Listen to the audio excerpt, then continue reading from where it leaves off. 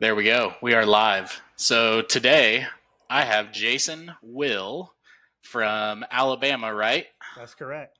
All righty. What part of Alabama? So I'm in Birmingham, Alabama, Okay. the booming metropolis of Birmingham. We do cover a lot of different areas around the state. We have a lot of second home, a lot of vacation rental opportunities, lots of lakes. We got the Gulf of Mexico. A lot of people don't know that Alabama has a beach. Oh, yeah. And so it has 32 miles of like pristine beach, like the sand squeaks when you walk on it. So a lot of people are surprised to hear that. They just think it's like dirt roads and bare feet and all that good stuff. No teeth. A lot of inter family dating, but we actually have a lot of beautiful real estate to sell. So we kind of go a lot of different areas. And college football, right? Yeah, college football's insanely big here. I mean, everybody is posting. I mean, you see it a lot in the news feeds. We're 8 Saturdays away from college football, so that's Are what are people live you for. are you an Auburn person or a Alabama? So it's very complicated question. Okay. Um, both of my parents graduated from LSU, so Okay. Louisiana State University. Most of my family's from the state of Louisiana. But my grandfather's also from, or I'm sorry, was lived the majority of his life in New Orleans, Louisiana, but he was born and raised in Alabama and actually played for Coach Bear Bryant in the first Rose Bowl that the University of Alabama ever played in. And so kind of had this LSU Alabama thing going on growing up. And then followed my high school sweetheart to Auburn University. So I'm just really a messed up individual, but I my primary allegiance is to Auburn, but I do cheer on the Tide every chance I get. And then if both of those teams happen to lose, hopefully LSU will win. I I'm not a big college football person, but I would say that if it's like KU or K State or whatever around here, WSU doesn't have a football team, so um, I would say 9 times out of 10, if they're not playing each other, then I want the Kansas team to win. Right. Yeah. Yeah. And I root for SEC, the state of Alabama, all that good stuff. But Yep, there's a lot of people in here that draw a very fine line. Like, those fighting words, you need to pick a side. So, yep. yeah, it's That crazy. you hit the nail on the head there. There's definitely lots of picking and choosing here. Yeah. So, Jason, tell me, how did you get into real estate? Like, how long you been in the game? What, like, I guess just tell me about you and your real estate career. Yeah. So, just let me know if I get too long winded on this explanation. But I graduated from college. I had no idea what I wanted to do. Okay. So a lot of my friends went to college knowing what they wanted to study, knowing what they wanted to become when they grew up. I had no idea. So ended up graduating with a political science degree. It was easy. It was just me and the football players in there most of the time. The college athletes, and it was just really, really easy. And I got to coast along. But graduated, went home, and was like, "What do I do now?" Like, I guess I just kind of expected to um, maybe get offered a job or work for one of my parents' friends. I really didn't know. So I went to my parents. I was like, all right, you know, what do you think I should do? I mean, you guys know me better than anybody. And my dad is the one who said, listen, I think you ought to be a school teacher or a real estate agent. And I was like, well, how much do real estate agents make? He goes, well, they're 100% commission. And I was like, okay, well, I think I'm going to go the teacher route. And so that's what I did. Um, and I only taught school for a little over a year. And actually, I found real estate that first year, that first spring break I got off. I took my real estate classes. I was a licensed realtor from the start of the classes to passing the state exam in 10 days. So it was Wow. very, very quickly, but I didn't do anything with it. And the only reason I took the class is because what I learned about teaching school is, yes, it's very rewarding. It's a steady paycheck, great benefits, and you get some good time off. You just don't have money to do anything. Right. um, and so was at that stage in life where, looking to get married and, start a family and all that stuff. But it's like, man, I'm not going to be able to afford to do, like, where I can't travel during the summer because I can't afford it. But um, went to my dad again and said, hey, we're going to get married. He goes, well, uh, would you like, like a big wedding, or because my wife's family is completely, I don't want to say broke, but they didn't have the financial means to put on a big wedding. So it's like, I can either provide that to you or I can help you buy your first house. And I chose that. And my real estate agent was like, you should come work with us. You'd be a great real estate agent. So she planted that seed in my mind. So I was like, all right, well, I'll check it out. So I went, had that accelerated class opportunity, passed the test, and just kept teaching school for the rest of the year. Didn't do a single thing with it. And then that summer, I hit the ground running. I made $8,000 that first summer just doing open houses. And when I went back to school that next fall, I could not think about anything else. It consumed my mind. I was like, well, if I could make 8,000 in 2 months, and compare that to my $32,000 teaching salaries, like, what could I do if I did this full time? So I didn't technically get fired, but I got asked to resign by the principal. He called me in his office. He's like, either you're going to go 100% teacher or 100% real estate, but you ain't going to stay here and try to do both.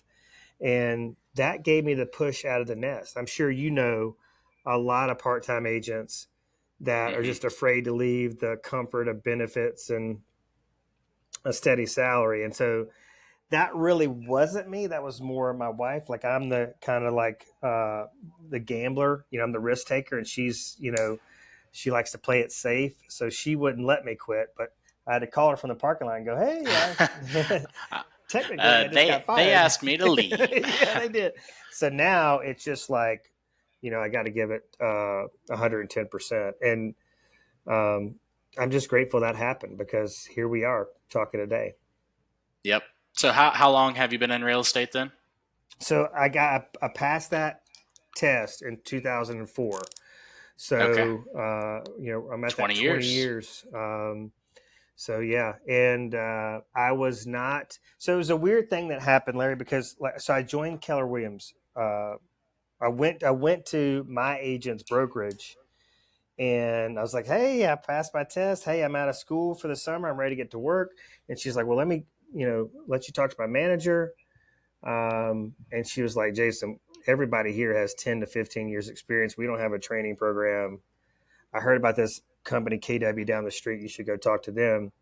But because I got licensed during spring break, and didn't sign on with Keller Williams until I got out for summer break, and it didn't really line up with their boot camps and all that stuff. And so I didn't have a clue on what to do. Of course, I was assigned a mentor, and the mentor is like, step one, let's get you in some open houses. Yeah. And so that's what I did. And but I wasn't a learning based agent. Like the first, couple years I was in the industry, the only thing I did was open houses. And sometimes I did them Saturdays and Sundays, and sometimes I did two on Saturdays and two on Sundays. That's all I did. I just worked every weekend, and the rest of the week I kind of had off. I did a little preparation for the open house, but did not become a learning based agent until we really got till the crash happened in '08. And Yeah. that's when I And really started becoming education based. that's one of the problems with that new agents face is they get their license and then they just kind of show up and they don't have anybody there to actually show them how the heck that all this works. And Yeah. the classes, they can teach you the laws and all that and keep you out of trouble, but once you pass that and you're actually ready to go, it's like, okay, well, what the hell do I do now? Yeah, and I've had some real big challenges to overcome, over the course of these 20 years.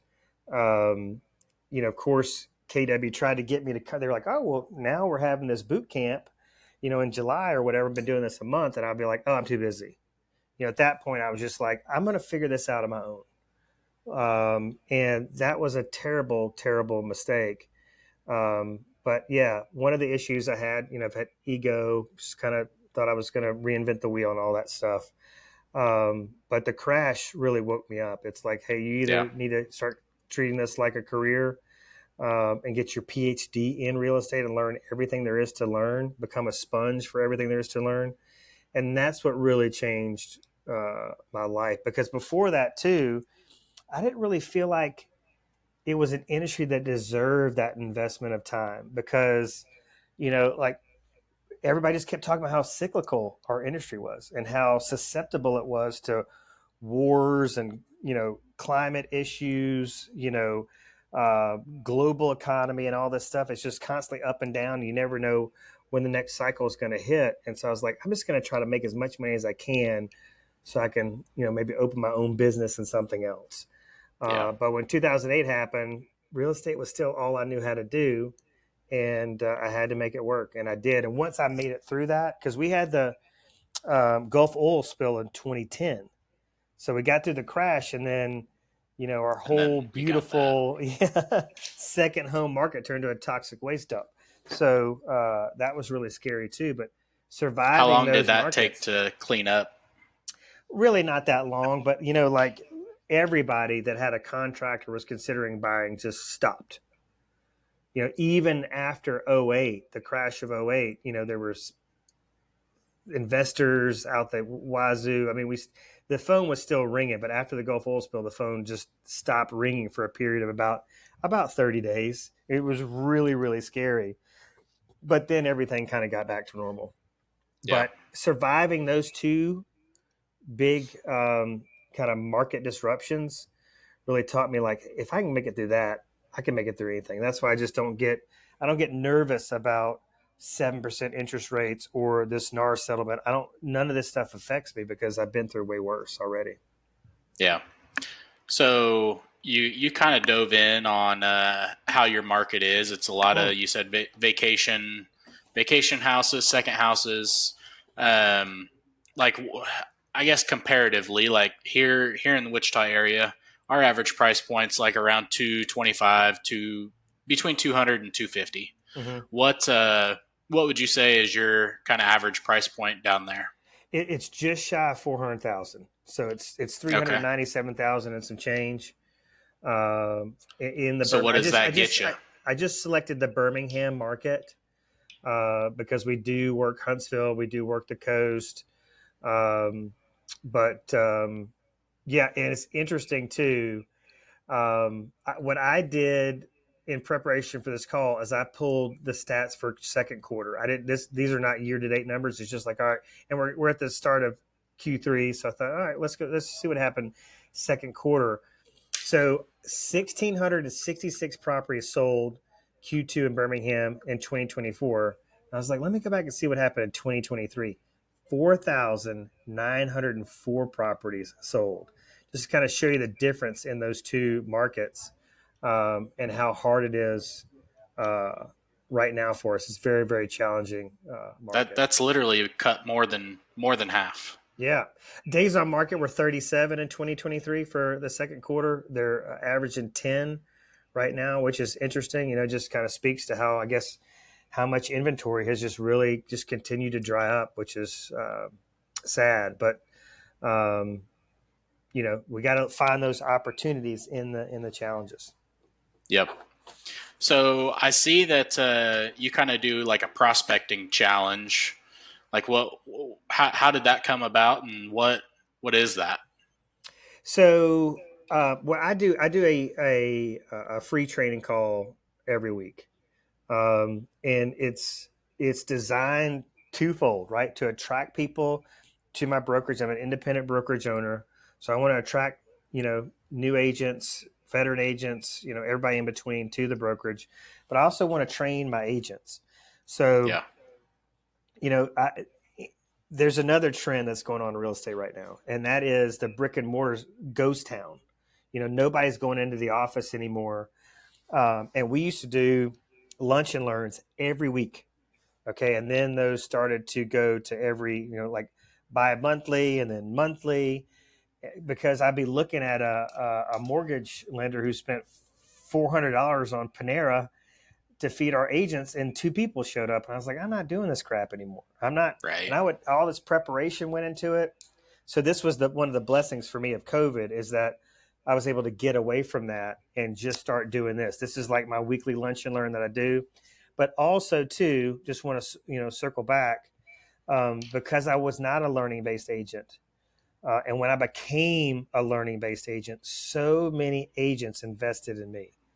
Like, before Jared James, I was in the Tom Ferry ecosystem and just got so much value from that. And now I'm in Jared James, and people are investing in me. I do learn a lot from the preparation of these calls and from being a coach, and it just, I kind of want to share all that, but it's all about paying it forward.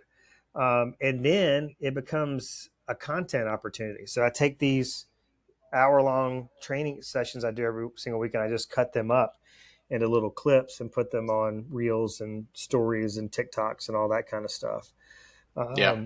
But the challenges were really born from the fact that most real estate agents take their foot off the gas quarter four, right? There's this cycle that I've noticed, right? Okay, so the vast majority of our business happens second and third quarter. It's not that it really, that's when the business, well, that is when a lot of, our business is seasonal. So that's when the majority of the sales are, but it's not like Q1, there's no sales. There's nobody buying or selling.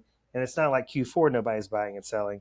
It's the fact that we've worked so hard second and third quarter, and we want to, hang out and watch the Kansas City Chiefs game on Sunday, and, just relax, because we've been blowing and going for two straight quarters. I'm talking, like, I don't know. I don't know how many hours you work. I mean, like, we work a lot more hours than the average Joe, right? So we kind of feel like we deserve it. And so the challenges were born out of a finish strong. That's the first one I did. I was like, let's finish strong so we can start fast.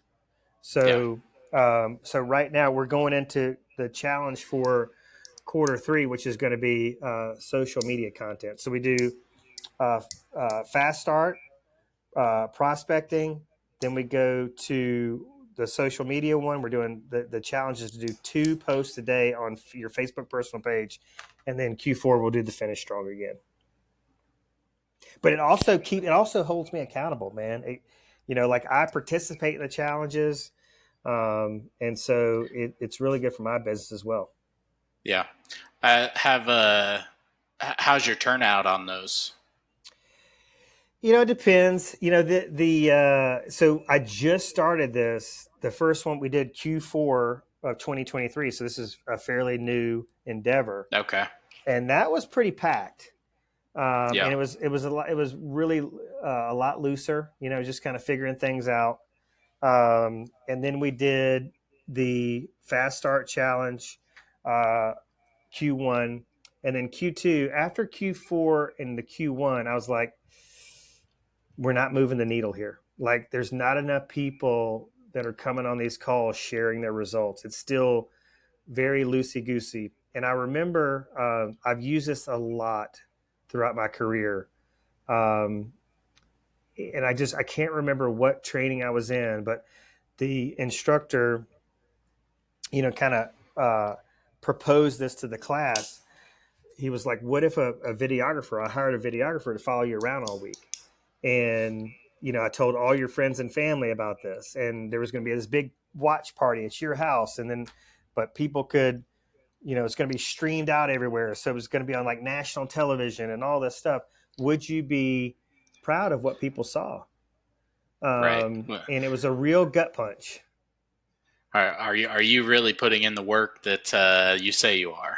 Yeah, I mean, because most agents is just like, oh, I'm just so slammed, but really they Right. spend 4 hours a day scrolling TikTok or whatever it is. So that's why I was like, all right, we're going to do the Q2 challenge is going to be a prospecting challenge, but every day you have to report on what you did, how many dials you made, how many conversations you had, and even if you sat around in your boxer shorts and Netflix binged all day, that's what you report. We Yeah. had two people sign up for it. So 3 people in total, including me. But typically there's a half a dozen people on these calls. During Q4, we could have 2 dozen. I could have 20 people on there, probably tops. But right now it's about anywhere from probably 4 to 6. So we'll see what Okay. happens Q3, because I feel like this is something. I mean, how long have people been telling us how important social media is, but yet how many agents do we know that still aren't doing it and still aren't Yep. doing it consistently? Where I know agents where 80% of their business comes from social media. Yep. So there you go. Well, and ultimately, I think with social media, yeah, we can get new business from our social media all day long. But it's more so that, like, my take is our social media helps us stay in front of the people that we already know as well. And, that's, I think, the most important thing for agents is to stay in front of the people that already know them, like them, and trust them. That's exactly right.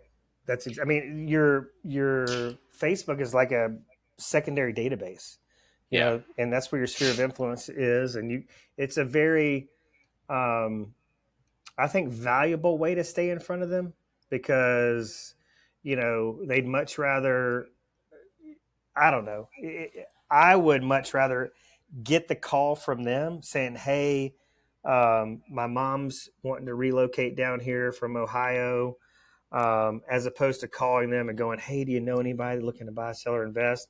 But they're like, "Hey, I saw you introduce the latest and greatest chicken sandwich at Chick-fil-A. I went and tried it, and it was amazing. And oh, by the way, it made me Yep. think about this. It reminded me that you're my agent and that my mom's moving down here, and I need to get y'all connected." Yep. So I want more agents to experience that. And the other thing too, this is another gut punch. This is one that I use myself, that I came up with myself, that I am constantly on the soapbox exclaiming, is that, if you are not good at marketing yourself, why in the world would I hire you to market myself, my most valuable investment? Right. So, and then the research shows that the top 2 consumer expectations, number one is market knowledge, number two is marketing skills. So, why are we going against the grain and trying to do all this other stuff that really doesn't matter, when the data is telling us which way to go? Right. Well, I think another thing that people do with social media, like, well, agents specifically, is they expect a ton of views, a ton of likes, a ton of comments, all that stuff. And realistically, even if you only have 100 views on a video or whatever it is, all it takes is that one person to see that. You could have one view, and that one person reaches out to you and says, "Hey, I saw this video. I can tell that you know what the heck you're doing. Like, I'd like for you to help me out with this." Well, That's all it takes. so, you know, uh, well, let's use this. I think this is a great example, especially if agents watch this. Because I one of the soapboxes I'm on right now is for people to become real estate agents, to think about seriously becoming new construction specialists, with the new normal coming and the NAR stuff. Because like DR Horton is huge in our market. I just sold a DR Horton home. It was like 350,000. I'm a DR Horton VIP. The check was $10,000. So if I sell 15 of those, or even 10 or 8, I mean, whatever, you do the math. Right. Like real estate agents, their expectations need to come down. Yeah. Like, you don't need 1,000 views per video. Every lead doesn't have to be a home run. We really only have to put together a small number of closings. You're going to have to do a little bit more because your average sales price is a little bit lower than mine, but it's all relative too. If we're talking about, new construction builders, because they're always doing incentives and bonuses for agents. So there's a way for us to even it out there. But I'm huge on that. I mean, it's like, gosh, I did this open house and nobody came. So open houses are suck. Hmm. It's very frustrating. So I actually did an open house last week, and I sold the house from the open house. Wow. And so that never, people say, oh, that never happens. How many times has a seller told you, I don't want open houses because those don't work? It's just, Yeah. And now you can go against the grain with some content and go, yes, it does work. And here's how it works for me. Maybe it just Yep. doesn't work because your agent doesn't do it like I do it. So that's huge. I love that. Love Yep. hearing that. So what is your craziest real estate story that you're allowed to tell without incriminating yourself? Gosh, I mean, this one has been tough, right? Because I've been doing it so long, and there are so many stories to tell, but I've had it all happen. The only thing I haven't had happen is I haven't, been solicited by a potential female client or had somebody open the door not wearing anything, which I hear that happens a lot, or just weird stuff like that. But we've had. And I personally had, so I run a real estate team. So collectively over 20 years, we've got all the stuff, like all the fraud stuff you can ever imagine.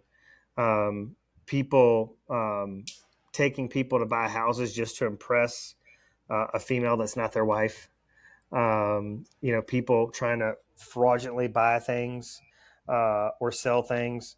The most recent story that I have is that we had one of our team members representing a buyer, and the house was listed, but the house had already been foreclosed on. So the listing agent did not know that the house he had just listed was in foreclosure, was not marketing it as a foreclosure, and it was actually our agent's buyer that came across, was doing some due diligence on his own, was like, hey, I think house is foreclosed on. So that was really crazy. And the listing agent was not a newbie.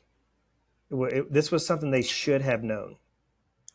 Are you guys able to like call the bank in that situation and be like, "Hey, listen, we're selling the house, and we already have a buyer lined up. Will you just pause the foreclosure and let us get you your money?" Yes, yes. It was, it did not work out that way. It was not able to be, the transaction was not able to be concluded, but it did raise a lot of red flags and bring a lot of awareness. And it was a very strong teachable moment for our team, our brokerage, on my training calls and beyond, about how much research and how much due diligence we really need to be doing. Um, because I've had, I'll give you another example, and then I know you probably got to go, but like I sold a house um, for a couple that did not realize the equity position they were in or lack thereof. So the day of close, everything's cleaned out. I mean, their home is spotless. They got a professional cleaning crew to come in and clean it. And the seller called me and goes, I don't want to close anymore. I'm like, why not? He goes, because I'm not going to make any money on this sale. I mean, he was going to make like $2,000 after, everything was settled. And there was a net sheet. There was all that stuff, but he never called he goes, this is what I owe on it. And I was like, well, you need to get with the bank and get the exact number. He never did. He just had it in his mind that this was what he had in equity wise. And so that was a big fiasco. So That that's a rough phone call. it sure is. And I've had to make that, a number of different times where people have completely moved out. I had one guy that, smart guy, retired guy, was like a Merrill Lynch guy, was a financial planner, like knew better, but retired, moved down to Alabama, put a house under contract, and I told him, I was like, don't go buy anything. And he's just like, I'm this big money, retired money manager guy. Went out and bought a bunch of furniture for the house, and Bank of America, who was doing his loan, he'd done all his banking with Bank of America for decades, did a final audit of the file right before close and found that those credit card expenditures and denied him. And so the lady who we were buying the house from had been recently divorced. So it was kind of a fire sale in that regard. She'd moved everything out. She had to move everything back in the house. So when people say like we're overpaid and we don't do anything, I mean, of course, 80% of our population probably fits that bill. But those of us who treat this like a career, man, I really feel like we're we're undercompensated a lot of times because having to make those phone calls is brutal. Yeah. So, Jason, to wrap this up, how can people get a hold of you? Well, awesome. Yeah. So looking to buy, sell, or invest anywhere in the great state of Alabama, just give me a call, shoot me a text. I love to text 251-583-9728. And I'm on social media just about everywhere as at Jason Will Official. All right. Well, All right. thanks for Well, hopping on here with hey, us. thanks for the opportunity, man. I appreciate it. Yep. We'll see you later. All right. Bye.